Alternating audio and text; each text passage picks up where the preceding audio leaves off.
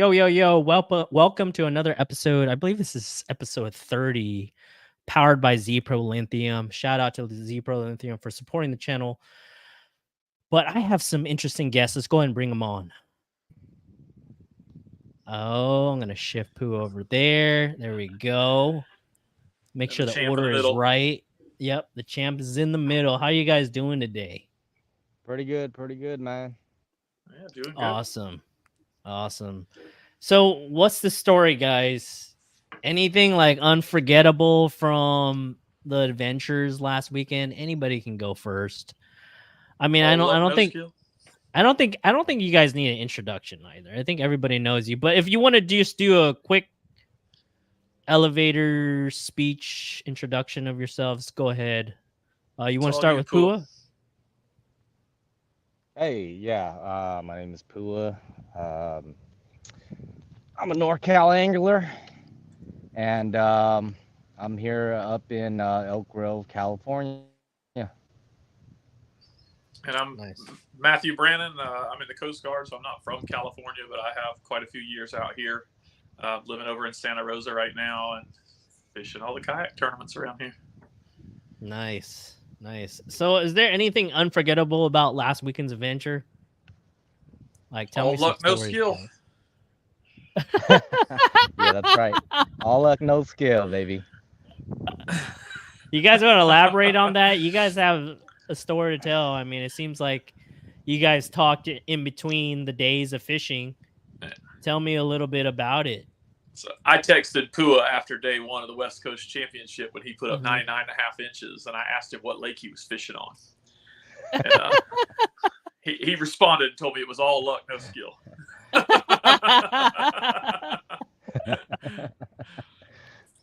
What lake were you from, Pua? Clear Lake fish on the Delta. Yeah, man. That day one was pretty remarkable for me, and honestly, I think I could have broken that 100 mark, but I told myself if I wanted to come back and fish day two or day three, then I had to save those fish. Um, but yeah, man, it could have gone to that century mark, but I chose to back off, man. It was a remarkable day for me. Now, elaborate more on the fish management side. Like, everybody, I bet, was going into it thinking, maybe 85 a day, maybe 89 a day is going to win it, right? Or something like that, right? That's what I thought. That's what I predicted. But what was your thinking at that point? When you hit, I think you told me you hit like 90 or 85. What led you to keep on fishing to go past that and go to 99? For me, it was more like I knew that I needed a strong day one. So what's funny was I spoke to the wife the night before too, and I was like, you know what, babe, if I get to that 95 or low 90s, should I back off? I mean, I didn't know, honestly, I didn't know the quality of fish I was working with, but I knew that the bites were there, because I pre-fished, what was it, Wednesday prior to the tournament, and I had all my soft plastics just on the owner springs, so no hooks, and I felt the bites, but I didn't plug them. And she was like, you know what, just lay it down on them. So I just kept going, and they just kept biting, and they were all just quality fish. But another funny story is, so I think when I was like, I don't know, like 93, 94, I took a break, and I called my nephew, and I said, man, what should I do, man? Should I save these fish or should I keep going? Like at this point, I was just going berserk. So we were chatting for a bit, probably about like 15, 20 minutes. And he's like, yeah, you should probably try to get like another, 19, 20. And then I hung up with them, went back out there, made a few flips, probably like a 16, threw that back, and then literally like two or three cast later, a 1975, and I was just like, oh my God, all right, I gotta go. But I was just having fun, man. That first day, it was just, it was an awesome day on the Delta, a day I've never had.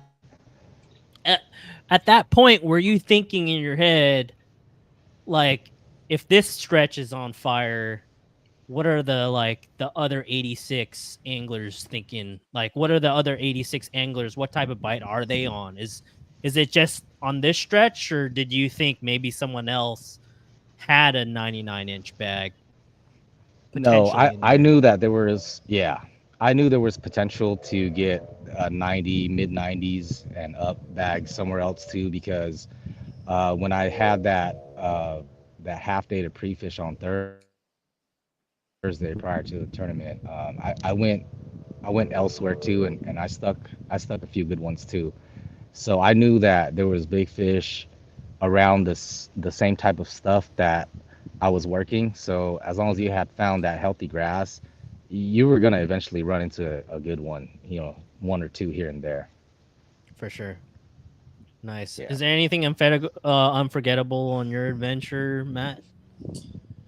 Mine was quite a bit different. I got to fish 3 days for practice. I fished Sunday, Tuesday, and Wednesday.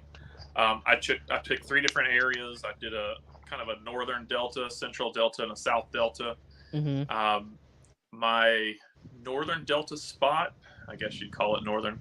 I didn't do fantastic, but I caught good fish, like probably low 80s.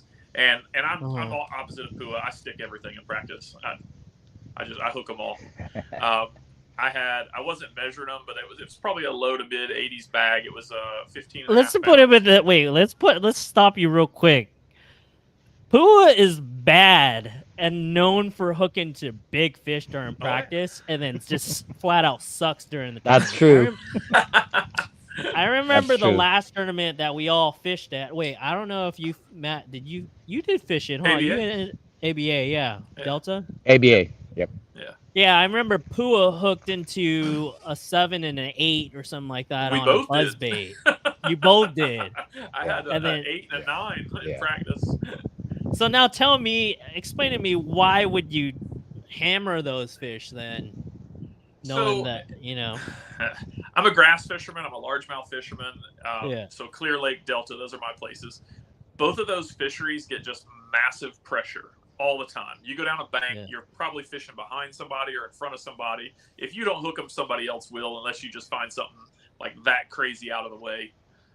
So I've just always hooked my fish. How do you know what area to fish if you're not hooking them? And this tournament was a great example. The Delta has not fished well lately. Most of the tournaments are being won with about 16 to 17 pounds. I know the week of the tournament, so last week, the Wednesday nighter, Christian Ostrander, I think is the guy who won it. He won it with like 20 pounds, but that was a huge bag for that event. But it wasn't that you couldn't get bit. It was the quality that you had to find. I mean, you go out and catch 50, 60 fish in a day right now on the Delta, but half of those fish aren't even keepers. So if you're not sticking fish, how do you know what you got? Yeah, for sure. Right. So that's why I just stuck them. And like I said, I fished that North Delta area. I caught 15 and a half pounds, which was a low to mid 80s bag. Figured it would hold for the tournament. The pattern I got on was super easy to catch fish. And I said, okay, so for this tournament, it was actually 2 tournaments overlapping. I needed 3 days worth of fish. Probably wasn't going to do that out of one area. So I just kind of marked that spot down as, hey, I can go there and I can catch a low to mid 80s bag. That's a pretty decent limit. My second day of practice, I fished kind of a middle delta area. I put 17 and a half pounds up. I caught a lot of fish. I never did run into a big fish all week as far as actually landing anything. I just had good solid fish. I mean, when I practiced there in that area, which was actually out of Lazy M, I had a lot of 17s, a couple 18s. So I mean, it was good solid fish, and I figured that would probably be my best area. My last day of practice, I went south. I went back to where I fished the Yacker Bass tournament a couple months ago. It was still cold. It was still muddy.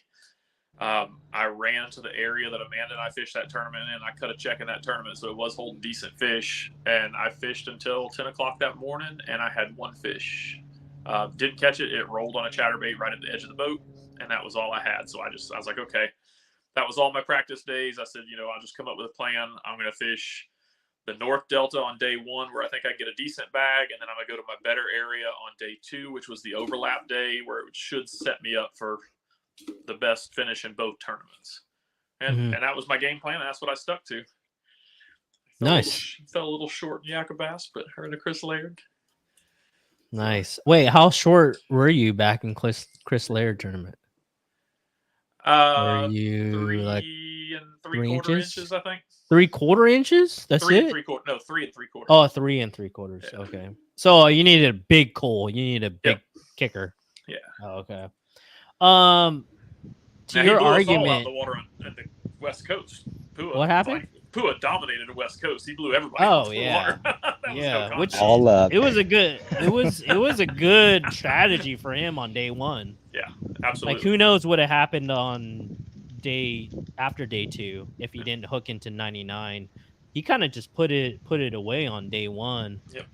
But then that's kind of crazy that you put your strategy.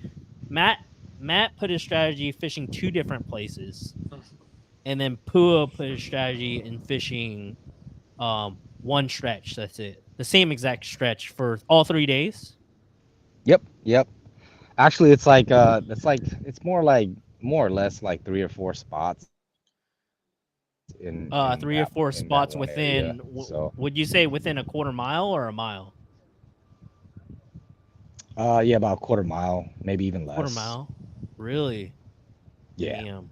Yeah. Well, and that was a common theme in that event too. Is that when you found fish, they were grouped up. Like if you caught one, you could most likely put a few fish in the boat in that area. Is that usually is that common with the Delta? I know that's common at Clear Lake. But what about? That's exactly how Clear Lake's fishing right now. Yeah. But, the Delta has not been that way for me historically. It's been, you can run down a bank. I mean, I used to launch it like Paradise. I used to launch at Paradise and fish my way to White Slough. And I just saw somebody today on Facebook post up. They're like, "Oh, it's a dead zone when you first launch until you get to White Slough." And I'm like, "Really?" Because I always smashed them along there. Nothing giant, but you can catch fish. And right now, it's just not like that. Like even the areas I fished, I would run to a bank, and there might be 100-yard section of that bank that was loaded with fish, and then the next quarter mile didn't have anything. Yeah. So yeah. To your argument, Pua, Matthew was slaying during practice. He doesn't care. He's just like, I'm looking for a 10-pounder during practice. But like, from now on, are you going to all CPS Springs? Are you doing no hooks for all your practices, or are you hooking to fish?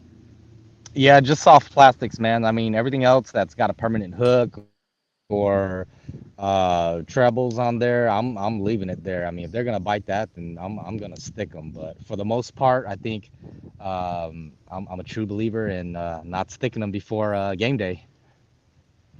With the plastics only, like a Senko and punching and etc. Yeah, right.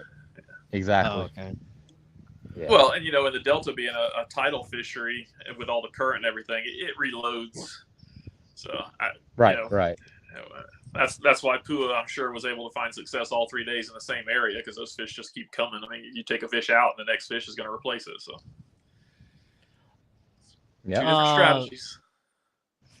When we were on a phone call or text, I think we were on a phone call after day 1 or day 2. Day 1, I think. After day 1. You said a swim bait played a key role. Now, were you just kind of like leading me off into like to the abyss? Like you weren't telling me the truth, or were you telling me the truth at that point?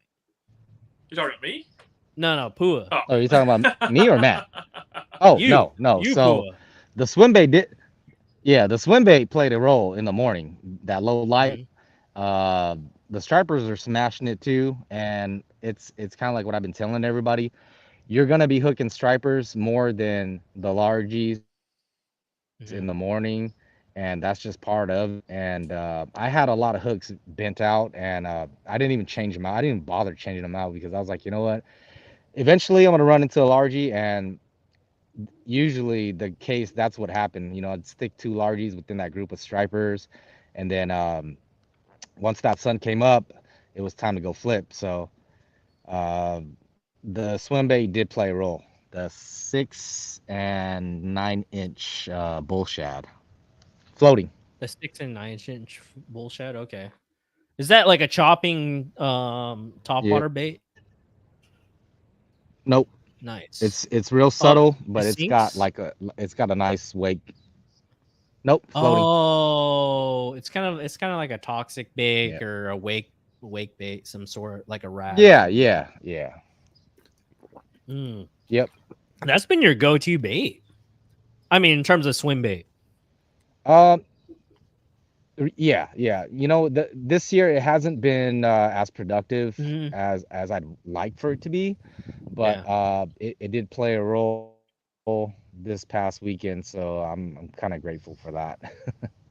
What you think about that, Matt? Like, I know you're a big time night fisherman. I am, and I love big swim baits, and I did not even take one with me. Oh Uh, man. the caliber of fish that I've seen coming out of the Delta has not been that Mhm. great. Like the frog bite, usually you can rely on a frog bite for a low light big fish, and I think I had one blow up on an actual hollow body frog all week. Yeah. Um, so I just didn't throw the big swim bait, and I threw a 4-3 Kitech on a little swim bait hook, Oh put a yeah. few decent fish in the boat on that. Okay. But yeah, I stayed away from the big stuff on this one. Did any fish play a key role with that swim bait, Pua? That bull shad? How big? How big are you talking No, about? for I think for day one they got called out probably like 16s and like high 16s and low 17s. And then day two, they all got smaller, probably like 15, 16, barely 16s, like low 16s. Um, but it helped put in that limit, so that's what I was always looking for in the morning, was to get a quick limit. And that's what it helped me do, to wait out that tide.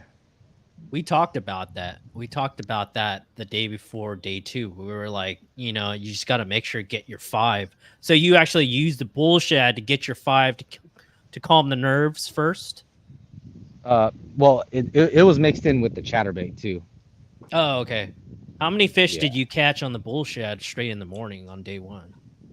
On day one, I think I caught about four, Oh wow. and then yeah, and then once that sun came up, that hot water bite just died, and the only way to get them to react was to throw the chatterbait.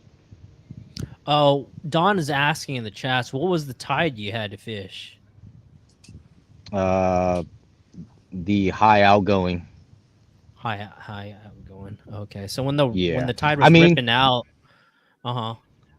yeah, I mean, in the morning it didn't matter because it was low light and they were feeding, so it didn't really Oh, matter. okay. But that was the tide topping out in the morning every morning, so um, that really didn't matter. But then once that sun came up, you had to, i- in a sense, wait for that tide to push out to start doing the flipping gig. But Hmm. yeah, it's just the morning is just chatterbait, swim bait, and then chatterbait, swim bait in the morning, and then chatterbait, waiting for the tide to push out. Okay.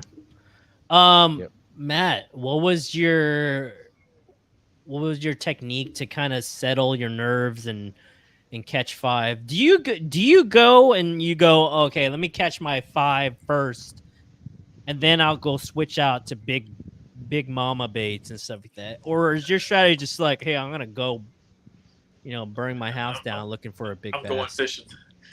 Oh, Um, okay.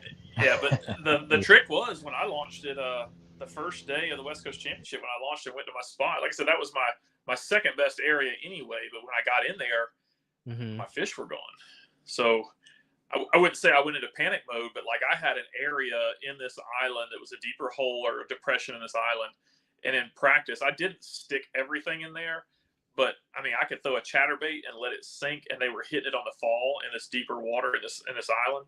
Hmm. And I was like, sweet, this little section that was only like 30 yards long on the edge of the grass just had a pile of fish in it. And so I Wow. ran there first thing in the morning, started fishing. I was like, wow, where are these fish at? Like, I wasn't getting bit at all. Like, to the point, and you know me, to the point that I picked up a Cinco and pitched a Cinco in there, a 6-inch Cinco. It was like, if it's here, they're going to eat a Cinco, and nothing. And so I had to abandon that area. I did come back to it later, but I abandoned it for most of the day and just went fishing and to catch my fish. I had another area probably 1.5 miles away, another island, and I went there and managed to put. I fished on the way there, caught a few, but once I got there, I managed to put 4 in the boat. And so pretty late in the day on that first day of the West Coast Championship, I only had 4 fish. I caught my last fish, my last keeper, I should say. I caught a bunch of fish, but my last keeper, I caught it, I want to say 1:30, and 2 o'clock was lines out. Really? Yep. Damn. I probably caught 25 fish. You did go fishing, but not 20 of those were non-keepers? Right. Holy little 8, man. 9. I mean, punching a 1 3/4 ounce weight with a structure bug, a rage structure bug, and I'm catching 8 10-inch fish. Is that what you're primarily doing, that technique? I did a lot of punching. I did a lot of chatterbait, and then the choppo, throwing a bone choppo. Oh, okay. And that's what I did. So like I said, I abandoned that first spot. I went and fished the other area, and then late in the day, I was like, man, I said I've got to go back and check that deep hole.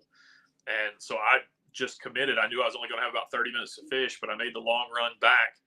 And I think it was Dang that was in there when I got there. And he saw me coming and actually ran to the deep hole. And I was like, oh, man.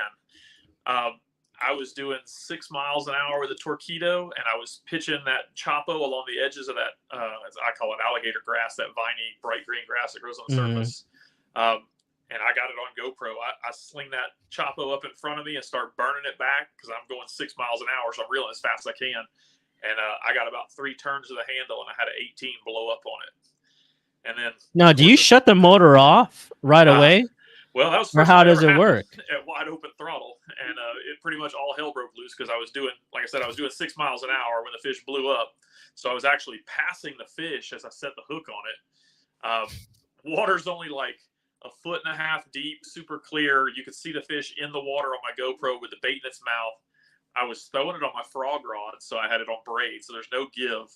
So I was trying to turn the boat, kill the throttle, get the net, and not rip these hooks out of this fish's mouth with that braided line.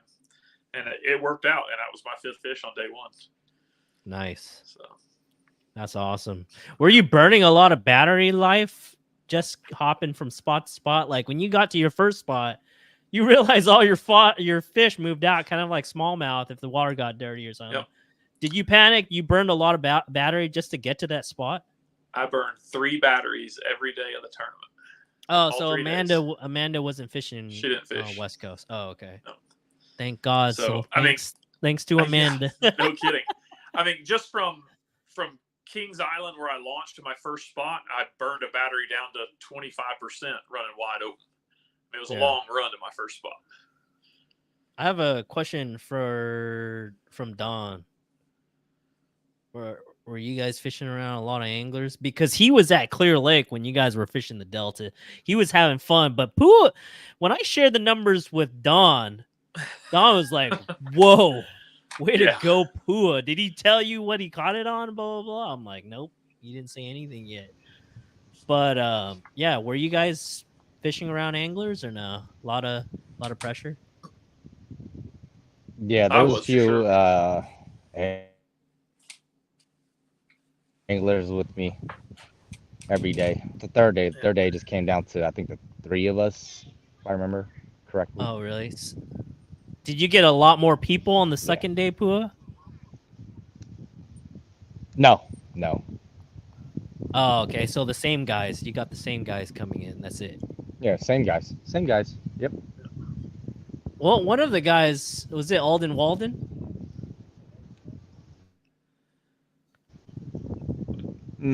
Ooh, was it? Oh, okay. Now I know where you were. Well, how did the Dark Horse Division finish? Did any of them crack like top 10, top 15? No, I think Greg was the highest. Greg was up ended there up at 19th or 17th, something like that, in the West Coast. What about on Chris Laird? Where did Greg Blanchard finish on Chris Laird tournament? I don't remember. It was down because I'm pretty sure we have a new points leader for Angler of the Year right now. Oh yeah, who's that? That man sitting right there. It's neck and neck, man. It's gonna be neck Oh, and neck. yeah. Is it? Yeah, Have you guys seen the AOY list yet or not? I've it run hasn't some been updated numbers. yet. Oh well, I've run some numbers. It's not by much. it's not by much, but that's exactly what we were talking about. Pua. We were talking exactly about.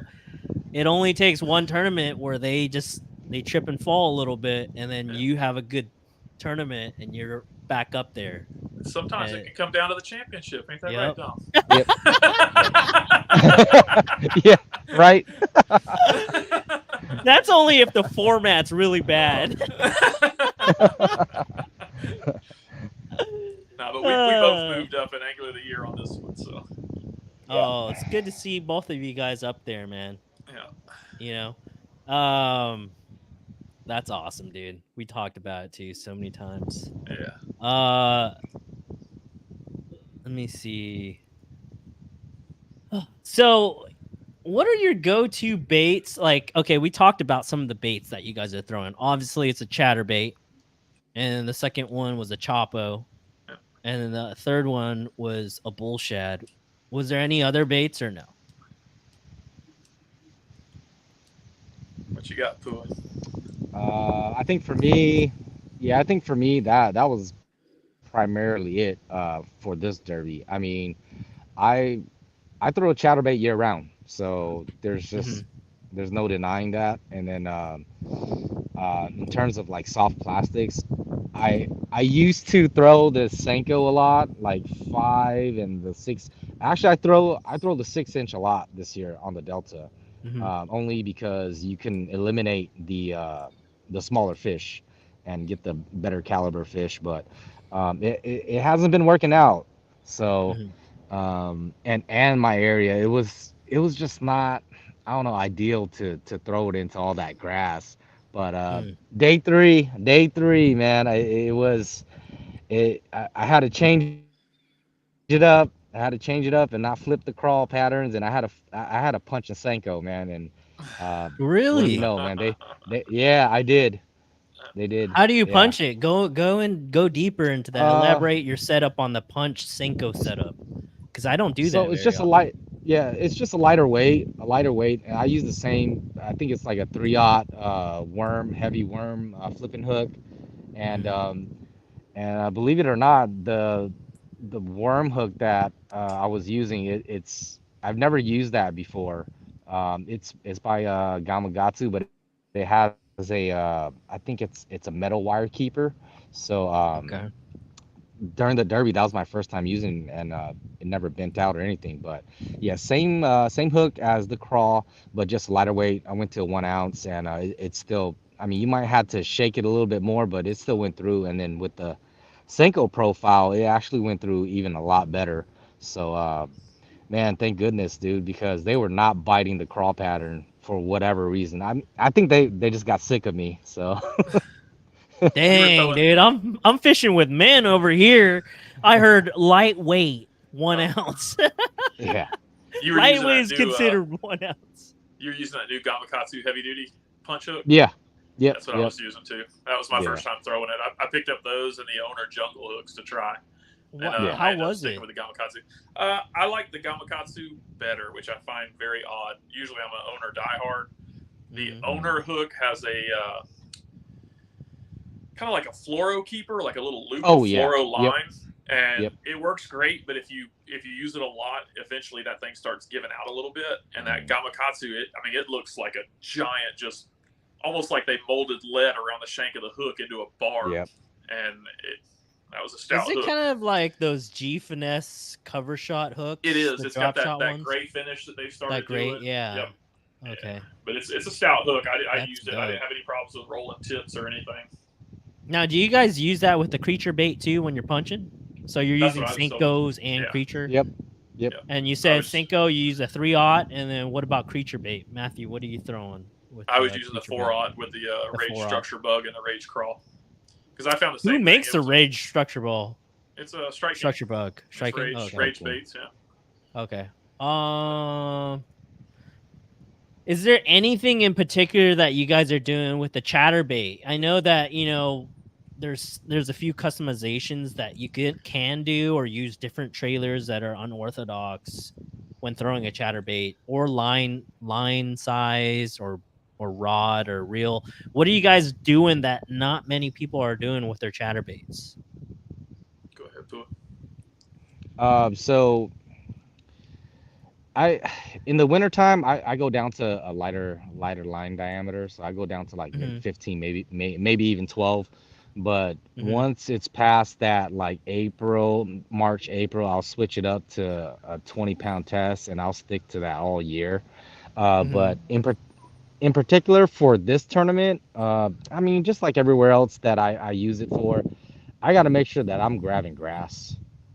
That's probably number one, and I'm like ripping it out of there, or like just kind of Mhm. like always making contact with grass, and Mhm. they'll come out and get it, because you're trying to make them react to it. So Yeah. that's the whole point of it. I mean, sometimes you can just throw it and come through open water and they'll get it, but for the most part, you have to make them react to it. Yeah. And I'm the same way. I throw it on 20 pretty much year round, 20-pound fluoro, and I throw it on a full glass rod. I got a couple different ones. I throw the Guru Chatterbait rod that Bam Miller makes, and then I also started throwing a Shimano X-Pride 7.3 full glass, and it's the same thing. I slow roll mine. A lot of people fish them fast over the top of the grass, and I don't. I let them dig in. I'm reeling it as slow as possible without dragging the bottom. This tournament in particular, running down the edges of the delta is all canals and stuff. And when I'm out there and I'm watching these other guys, everybody tends to throw at the bank, and they sit off the bank and throw at it. And I found my fish on the drop where it went from 3 to 4 feet down to 7. So in some places, like along Italian Slough, I might have been 20, 30 yards off the rocks, and I was casting parallel. And Mhm. same thing, the areas I found that held the fish, they had the healthy green hydrilla that didn't have all the slime on it. It wasn't super thick, so you could get the chatterbait to work through it. Like I was fishing, a lot of that water was 5 to 7 feet deep, and I was probably had my chatterbait down in the grass, probably at that like 4 foot depth, Mhm. and just pop it. You slow roll it until it starts to bind up, pop it loose, and that's usually when they hit it, is when the line went slack from you popping it. And they hit it pretty hard. Now I did have a lot of issues, which are not normal for me. I lost a lot of fish on the chatterbait. Like they'd hit it like running at the boat, and as soon as they broke the water with their head and shook one time, they came off. Now these weren't big fish, but it was like they were nipping at the back end of it more than they were really committing to it. Mhm. Bigger fish, obviously, the bigger fish had it. I mean, that was a Yeah. no brainer. It was all the way down their throat. And I did find that I throw the Hog Farmer Spunk Shad as a trailer a lot. Mhm. And in this tournament, it was definitely a crawfish pattern. I swapped that out to a rage crawl, and I was cutting it down to where the claws on that rage crawl were just behind the skirt. There was no length of body sticking out. And I threw it in a Brett Height Delight jackhammer, which is the green pumpkin chartreuse with a green pumpkin red rage crawl in the back. Is there any recommendations? Weight size? Are you throwing half ounce 99% of the time? Or are you going up? Or are you going down? I What's the don't even deal know with that I that? own anything other than a half ounce. I probably Oh, have okay. 30 of them out there. They're all halves. What is Chris talking about? He says laugh out loud in the chats. Anything specific with the chatterbait? Oh, Are you hiding he something? no, he Chris and I are going to spend some time on Clear Lake, and I'm going to teach him how to throw a chatterbait in grass. It's too much on that live scope game, Well, no, huh? but Chris is a SoCal guy, so he fishes those rock reservoirs and stuff, and so you're fishing over uh, mostly open water, and the grass. If you oh, that's haven't done it true. to build that confidence, and even just it's the same bait but fishing in a different type of water, Yeah, fishing it in heavy grass. I mean, it takes some playing with to build that confidence and knowing that when you're hanging up in the grass, intuitively you would think, okay, so I'm hung up, so I'm it not going to catch does. anything. Yeah. But you can rip it and free it up to where the fish will still hammer it. Yeah, and I that goes into like my video that I'm gonna be uploading next. Is like if you have a lake with grass and kind of like that Highland Reservoir rock, it's always good to just check the grass and familiarize with the grass, because once a tournament comes up and it's over at Clear Lake or the Delta, all your fishing is grass pretty much. So always, have a chatterbait tied on when you have grass. That's my biggest recommendation. I mean, Well, you guys always have it tied on, right? absolutely. I Yep. take 2 rods with me everywhere I go. Yep. Doesn't matter Same the time here. of year. Doesn't matter what kind of water it is. I will have 2 chatterbait rods with me. Yep. Weight size, Pua. Are you throwing a heavier jackhammer? Are you throwing jackhammer period? Are you experimenting with different brands or different chatterbaits within the jackhammer brand? And is there a big difference between all the weights and sizes of the jackhammer? Yes, I throw just jackhammers exclusively. That's all I throw. I've tried other bladed jigs and they don't, I don't know, maybe I don't throw them enough, but Mm-hmm. the only thing that's been getting bit for me is just the jackhammer. So I mean, I honestly at home, if I was at home, I'd show you my wall. It's pretty much all filled up with just jackhammers. So Jackhammer Nation, huh? yeah, but yeah. So normally on the Delta, I throw 3/8 ounce, Mm-hmm. because I want it to be just kind of on top of the grass and not really digging into it. But Okay. this year has been different. I've been throwing the half ounce a lot this year because I wanted to go deeper and I wanted to really dig into the grass. Like this past weekend, it was just all half ounce. I even threw the 3/8 ounce, but I never got any results from that because I knew that eventually I knew that it had to get into the grass enough for it to pop out to make them react to it. What does this talk about in the chats? What are you doing in 50 feet of water with a chatterbait?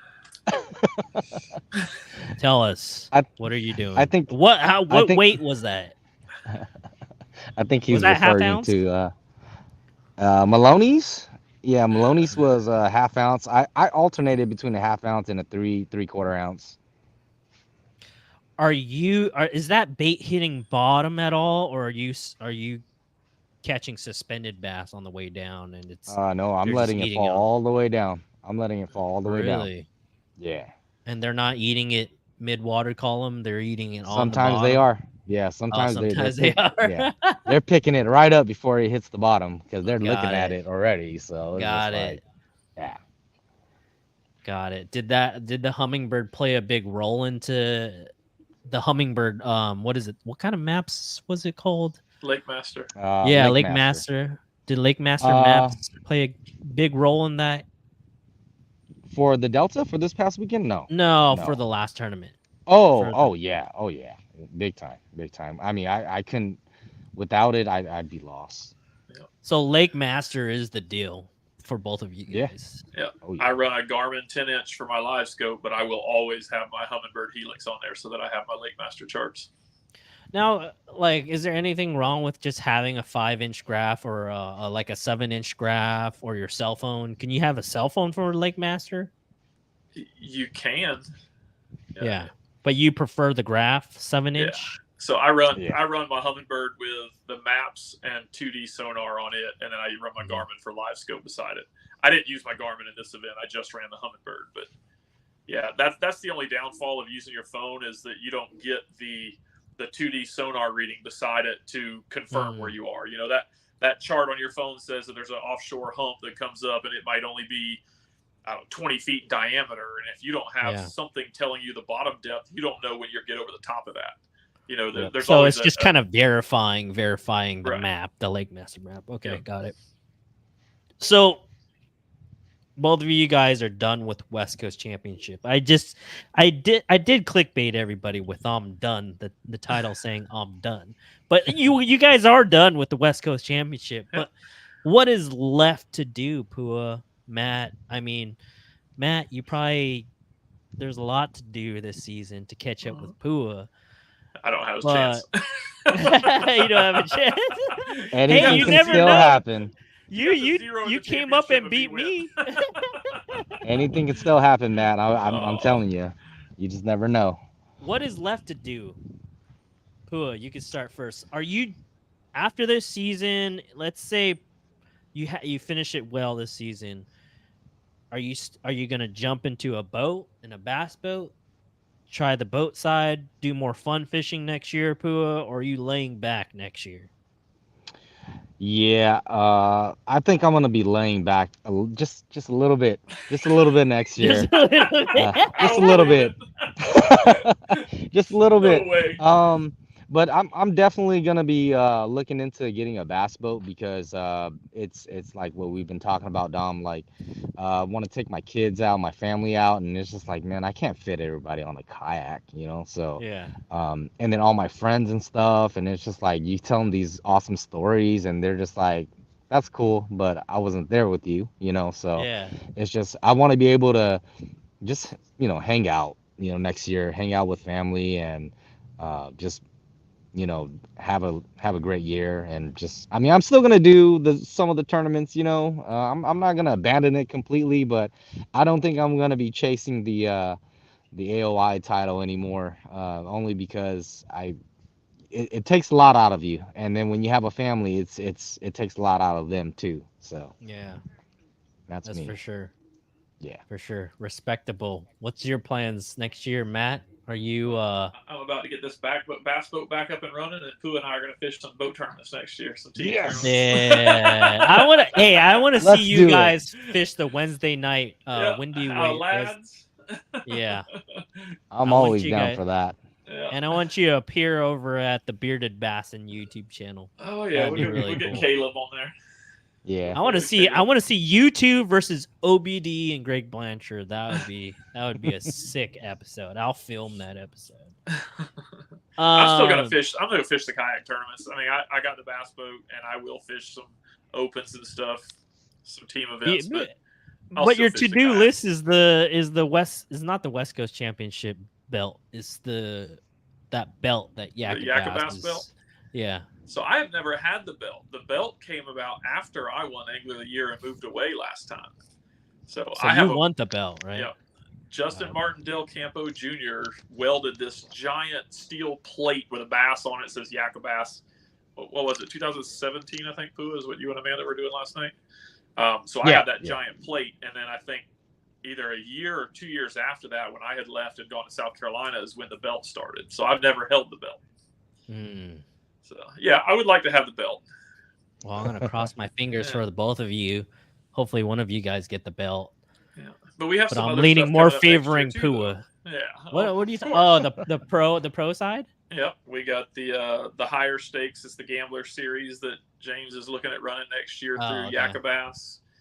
We also have the Bass Angler Magazine series that's coming up. The Michael Bray's running. Speaking of which, was there a sign-out sheet this time or what? There was. There was? Oh, yeah. And I made it to awards with 3 minutes left. Was there a sign-out sheet at the last event? Over at, what was it? The KBF Delta event. Yakabass. Was there a sign-out sheet for that one? I believe there was. Yeah, because that was when Amanda and I fished. There was one there. Oh, okay. Yep. Okay. Sure was. Because I overheard some anglers getting their points even though they didn't do the sign-out sheet. Oh, I don't know about that, but I know there was one this time. Because like I said, I went running up there with 3 minutes left. I said, where's the sheet? Let me get on that thing.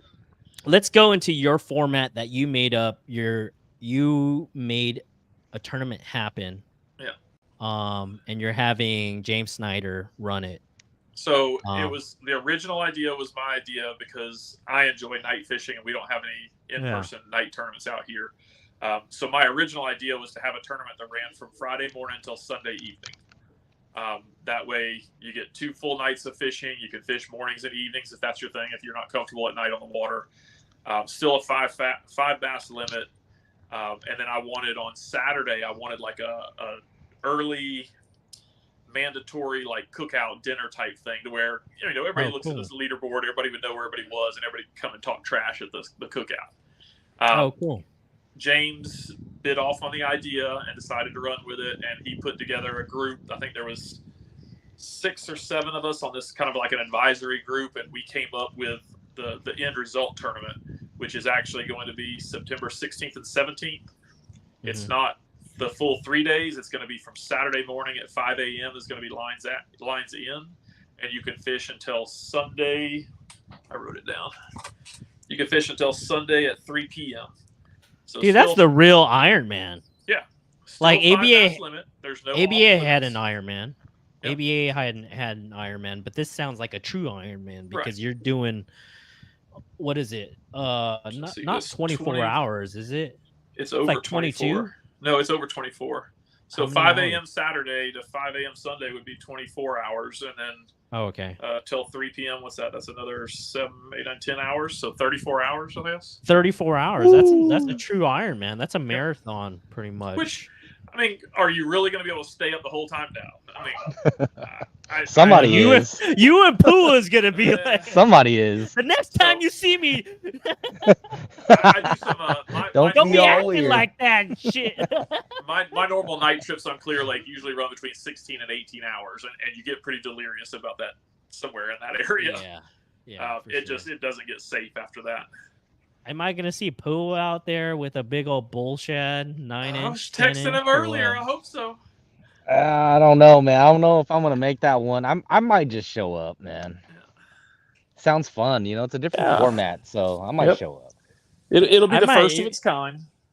You should hit up Bob Zang. Bob Zang is all about that. Oh yeah. He might end up with his catfish rod though.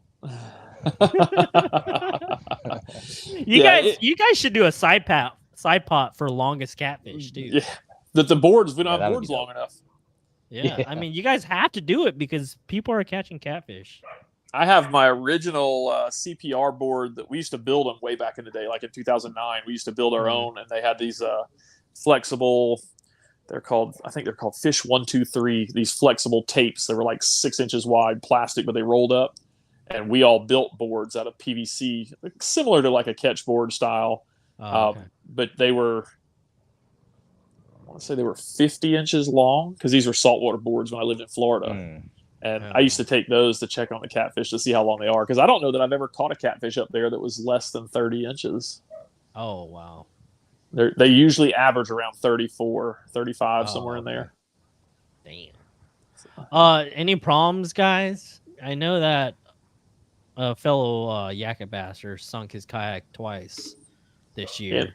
At the Delta? Oh, no. Anthony Nordstrom? Yeah, I know he sunk one. Yeah, I did see something about that. One was a Hobie, and was the other one a Hobie too, or was it something else? No, it was a Hobie and a new canoe. New canoe, yeah. Which I don't understand why you go from a Hobie PA-14 to a new canoe Frontier. I don't know what the reasons for that, but I've been looking at that, and I think he was just probably borrowing it. Oh, borrowing it? Yeah, I think that might be the Wizard's kayak. Yeah. Oh, is it? And he's just borrowing that kayak? That's what I'm thinking. Yeah. Oh, okay. Yeah. Okay. Are you guys correct? Are you guys sinking any kayaks or have any issues with your kayaks lately, or are you guys good? I get water coming in from the front hatch. The middle hatch.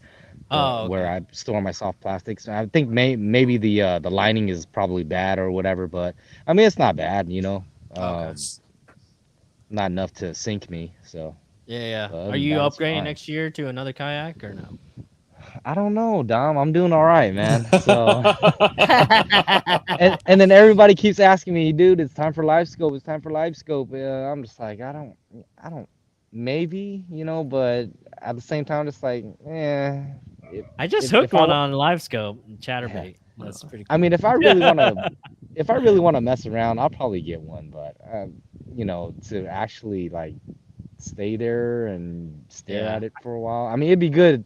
Like it'd be good to use as a studying tool, you know. To kind of just see what the fish are doing. But I probably wouldn't run it during derbies. That's just me though. I think that's the biggest takeaway for me is like it's a very good studying tool on bass behavior and kind of bunking all those myths out there, etc. Well, and it depends on how you use it too. Like Pua, you and I have never fished together, but I'm pretty sure that you're a power fisherman like you. You stay on the move a lot, and that's what I do. Even when I'm live scoping, I don't sit in one spot on an offshore hump with a drop shot. I mean, but I run that live scope religiously, just about everywhere other than like the Delta. And I take it to Clear Lake with me every time, but a lot of times I won't use it that much at Clear Lake. But I know Clear Lake, so I don't. I mean, other than checking a spot to see if there's any activity, I know what I'm doing at Clear Lake. So it's not just because you put it on there doesn't mean you're stuck sitting in one spot staring at a screen. Right. And I run mine just as much to look at bottom contours and structure as I do to actually find fish. Mm-hmm. So that's how I used it at Folsom this year when we had that tournament. I used it to keep myself following the little ditches that ran out of those pockets on the river, I guess, because those fish were sitting in the bottom of the ditches. I like to fine tune my baits too using live scope, like knowing how deep my bait's running and etc. Or weighting down a jerk bait so I know it's sinking a tad bit, but it's not sinking like a rock and it's not floating up. So it's like to tune baits and to learn bass behavior. That's kind of like my takeaways. Amanda in the chats is saying, "Pooh, it's time for a torpedo." I think it is. What? Are you getting a it torpedo? is. Got the need for speed. 1103? Yeah, I think I'm gonna have to be doing some customizing on the Outback. So Now that pretty you got soon. that West Coast money. Yeah, pretty soon, Amanda. Yeah, that's a big payday for Pua. Max Lee in the chat said Bass Pro Shop fish tank is a good stunning tool too. I don't doubt that, Max. And then Don's at Clear Lake. He's not using live scoping though. He has it. Yeah, I think that's pretty much it. It's good chatting with the homies again, man. You guys are regulars. Thanks for having us, man. Yeah, man. Congrats on both of your finishes, man. And I hope both of you guys battle it out at the end of the year for EOY. And just gonna have fun with it, Dom. Yeah. It's don't even look at it anymore, man. Don't even look at the standings anymore. Don't be like me, because if you end up being like me, then Matt comes around and just spanks you in the ass afterwards. So Amanda and I always joke around with your wife all the time, Matt, and I was telling myself, you know what? I think come that weekend at the TOC, as long as you can have a beer with me, then you know what, that makes my weekend. I will have a beer with you. Yeah. No beers, guys. No beers. I will have a beer with you. No beers. Just chill. Just Jack and Coke. No. Go on to the hard stuff. I saw Tulloch. I don't want any part of that. Dude, I miss those times though. Even though I was sick after that week. Man, us camping together, those were the times, man. We need to go do that next year. We got a little something going on for Berryessa. Pua was not going to be able to hide. I'll just follow him every day. Don't even hide, because Matt is the best shit talker when it comes to kayak competition. He followed me everywhere with his little Torpedo 1103 and just like, you better be catching them, Dom. You better be catching them. Got all in his head. Had him all messed up. Oh yeah, he did. Around the corner, he's all going like 6 miles an hour across me every hour. He's like, you better be catching them, Dom. You better be catching them. Work too. Ice cold Coors. Who's the man? All right, guys. I think that's a wrap. All right. Good luck. When's your guys' next tournament, by the way? Mine's at Clear Lake for the sandbagger stopper. Oh, okay. When's the next one that counts for AOY? That's the TOC. It's TOC. It's done. Yep. Yeah. Wait, so TOC counts? Yep. As Angler of the Year? Ooh, sure I hate does. that format. I hate that format. Pua, just don't let it get to your head, Pua. Just stay calm, all right? It's just got to be dealt with, What? It's given the way it is, and you just got to deal with it, man. And it's like, Berryessa. So it's Berryessa? Yeah, a live scope. I haven't been there all year. Dude, if you need to borrow my live scope, it's gonna throw me off. I'll definitely be running it there for sure. Yeah, just stay away from Matt, man. He's gonna be trying to talk your ears off. 8-inch I'm following Matt. Spoons. Spin off. Yeah. Huh? Matt said he's following me. I'm following him. better get that torpedo on the boat. Yeah, right. I know. Bring All your right. spoons with you. Oh yeah. Damn. Oh yeah. Great job going back-to-back wins. Pua. Absolutely. That's awesome, man. That doesn't happen very often. No, it does not. Well, back to back. He won Maloney's, then he won West Coast, then he won Chris Laird. Oh yeah, back to Uh-huh. back yeah. to back. Was that a hat trick? Yeah, Three-peat? yeah, it is. Yeah. Dan, we need to fish a tournament, all three of us together, and rent out a camping spot. Brian Vault is asking me when's my next one. I don't know, but as long as three of us are gonna be there, I think that would be a cool show again. Make sure your cousin's there too, Pua, Yeah. and then make sure AJ and DK Yep, is next they'll be there. by, and Dawn. Oh man, Yeah, that would be so much fun. Have We a gotta little, get Dawn messed up, man. have a little $100 throwdown turkey shoot. Oh, I'm down. Oh yeah, that'd be fun too. Yeah. Or we should wait. Maybe when Pua gets his boat, we'll have like, a team versus another team. On Yeah. bass Oh yeah, boats. like a Frogs 3v3 only. or something. Yeah. Oh, Oh no frogs. but we No need to go. frogs? We need to do that. Like you said last time with me and Dawn, we need to get all the GoPros and have everybody GoPro while they're out there, and then we just combine the man. footage. Yeah. All of you guys don't know There how we to go. handle GoPros. You guys don't even know how to edit that footage. Well, Man, that's you true. guys That's suck. what you're there for, Dom. That would be Dom will fun edit though. everything. We'll get it done. We'll get it done. What is this? Retire up top Pua. No, you can't retire. All right, guys. You guys have a good night, and All right. hope to have you on the Thanks for having podcast us, soon. man. Probably next Yeah, one. man. Thank you. All right, guys. Take care. Later. All right, man. Peace. Night, boys.